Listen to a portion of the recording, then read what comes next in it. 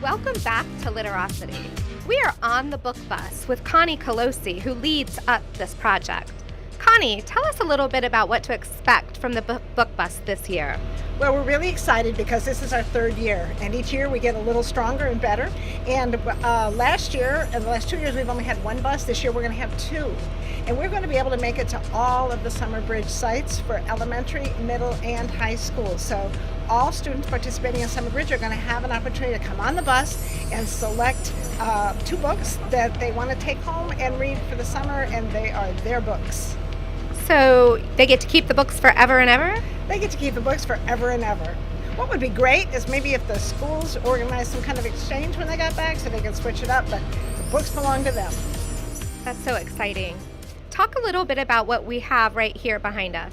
Well, when the books come on the bus, we have a team and we separate them into basket-ready boxes. And so when we hit the road in the summer, we are ready to go. We just grab a box and we put it in the basket. And so each basket has a selection of topics and titles, and they are separated out by grade, color cards for each grade. And so when the youngsters come in, we can direct them, okay, your grade level is blue, and they know which baskets to access. And we try to mix up each box with some great fiction stories and some great nonfiction informational texts, and so we really can meet a wide range of interests.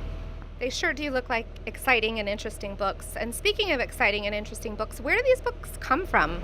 Well, it's really a community effort. And so some of them are provided through referendum funds. Some of them are donated from our many vendors. Some of them are donated through fundraising.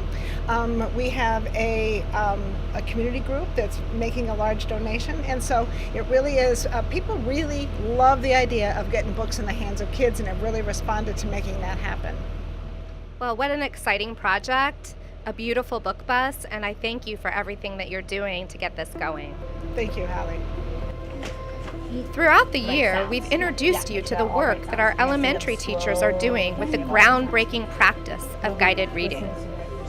Two national experts, Jan Richardson and Michelle Dufresne, have visited Pinellas County to work with our teachers on this teaching technique. One of those schools is High Point Elementary in Clearwater. In addition to establishing this important work, Michelle is a noted children's author, and her two dogs, Bella and Rosie, are big favorites among our students. She recently visited some classrooms at High Point and was impressed with what she saw. I am so excited about this school. There are amazing things going on. I wish that every teacher in the U.S. would come here and visit the school. Every classroom that I had a chance to walk through, I saw groups of students working at the guided reading table, reading with the teacher, children engaged in meaningful work. I didn't see any busy work. I just saw kids completely engaged. Over this last school year, we have taken the work a step further, establishing cohorts with school-based leaders to model this highly effective teaching technique. Recently, a group of these teachers got together to discuss their progress. Of you sharing your knowledge and your expertise with others. So you participated in side-by-side embedded coaching this year. Yes. What was that like? It really helped me to fine-tune my guided reading practice. It gave me the opportunity to get feedback on all the different parts of the guided reading process, and have some time to reflect on what I was doing, and gave me some ideas for future growth. This allowed me to strengthen my skills in Jan Richardson. When I was trained, it was the older version, so it was really nice to see the little tweaks that she made throughout the word study and just the different things that she did. So it was nice to have that coach next to me that was showing me, oh, you changed this, and she was guiding me through it. So I strengthened my skills, and then I can take that to the other people on my team.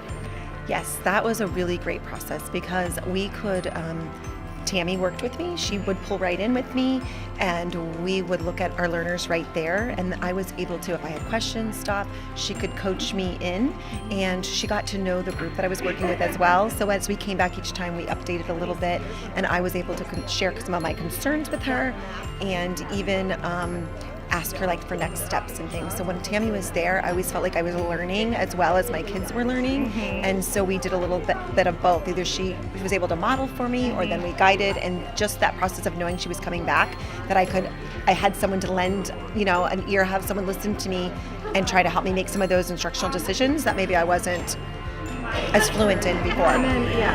So but it's good to see that, but the reason why that I have them in that group is because they all are struggling with something that will help them go up to that next level. So in what ways do you plan on sharing with others what you've learned?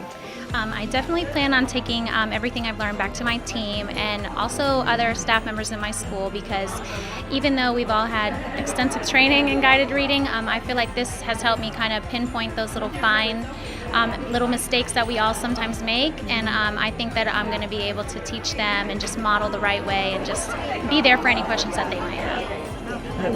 What's the sound that the R makes? It is an R, but what sound does that make? So what did you learn that you feel like every guided reading teacher should know? I think what I learned most was data, like really know my students. When I was able to look at all of the elements together and make those instructional decisions based on my students, I wasn't looking at one picture, I was looking at all the pictures. So I think every guided reading teacher should know how to use all of their data to fit all of those little components that Jan has in place for us, that and with that practice you just get better at knowing all those little data pieces really add up to make the sum of the lesson, which was so helpful in knowing those instructional practices and how to use it effectively every day, right, for students to grow and know where to go next with them. When he said he likes to be planted, she said, does that make sense? He likes to be planted? And he, of course, said no. If you had to talk to principals or other teachers about this experience, what would you say to them? I would say it's a great resource. It was awesome. Our trainers were wonderful, and it really helped us get those children, especially the struggling ones, up to grade level. I would recommend this for any first-year teacher. The training was amazing, and I think they would really benefit from it. Remember, we have to look all the way through. So, what are the 4 seasons that we have? So as you can see, our teachers are taking it to the next level in elevating student reading proficiency. And this summer, when students visit our book bus, I'm sure they'll find tons of books that they'll really enjoy reading. And that's our show. I'm Holly Slaughter. We'll see you next time on Literocity.